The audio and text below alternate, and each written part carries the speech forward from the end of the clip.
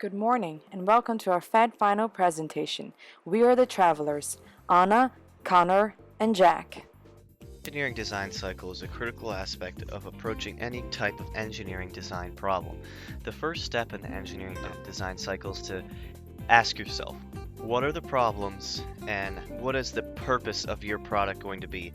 In our case, we had a prompt given to us by the 3D printing project. It was to be usable on vacation, but it also needed to fulfill two different purposes.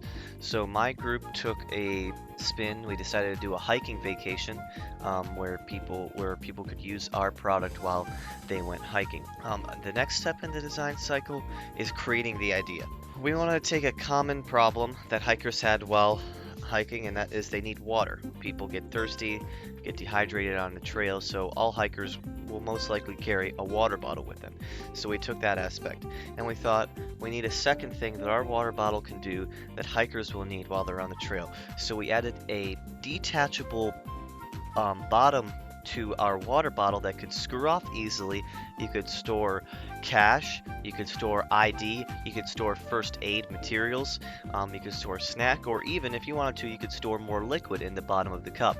So overall, this has just a simple product that we can even put a shoulder strap on, so you could carry over your shoulder and you could have while hiking. So to plan this idea out, we sketched some rough sketches on paper, as you can see here. They're a little ugly, but then we took that and we transformed it into 3D modeling using a Tinkercad, very basic modeling software that we would not be able to use for the actual 3D printing, but we used to get kind of a basic idea of what it would look like. As you can see, the green part is the screw-on cap, the red part is the main water bottle, and the orange part is the detachable screw-on bottom. After planning the idea, you have to start creating your idea. So we use Fusion 360 as our design software. So we 3D modeled in Fusion 360, and we were able to print out what you see here on the right. Those were mini at first, and they were ultimately a failure. But that's what it looks like while the 3D printer is actually creating the bottles. Our first problem came when we were designing the threading for the screw cap. It was very difficult to get just right. You had to use a helix function in Fusion 360. It was complicated, but we got it figured out.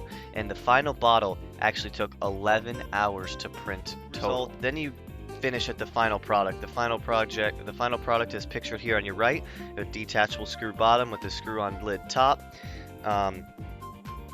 And so also provided is a chart that shows the engineering design cycle and how we went through it. The measurements of the bottle were our first problem. Our solution was to ask the people in Makerspace. They taught us to use Cura, the program that syncs with the 3D printers. It was simple to make the measures the way we wanted it to be, so we had our first try and the thread didn't work. The second challenge we faced was finding how to design a screw-on lid ourselves, since the first one failed. Connor was in charge of designing the project and working with the printers, so he researched all the ways to use Fusion 360 so that he could do what we needed. And we finally figured out how to work threads out. Lastly, the third problem we encountered was making the bottle watertight.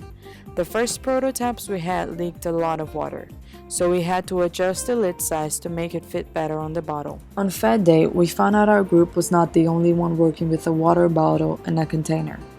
Since we hadn't seen anything like it on the market, we thought it'd be a unique idea, which is what surprised us when we knew other groups created the same thing.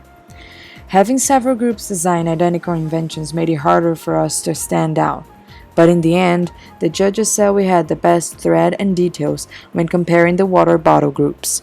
So we got a grade of 92.5 and ended up in 5th place among the 3D printing morning groups. An important thing we could have done differently to improve our project was time management.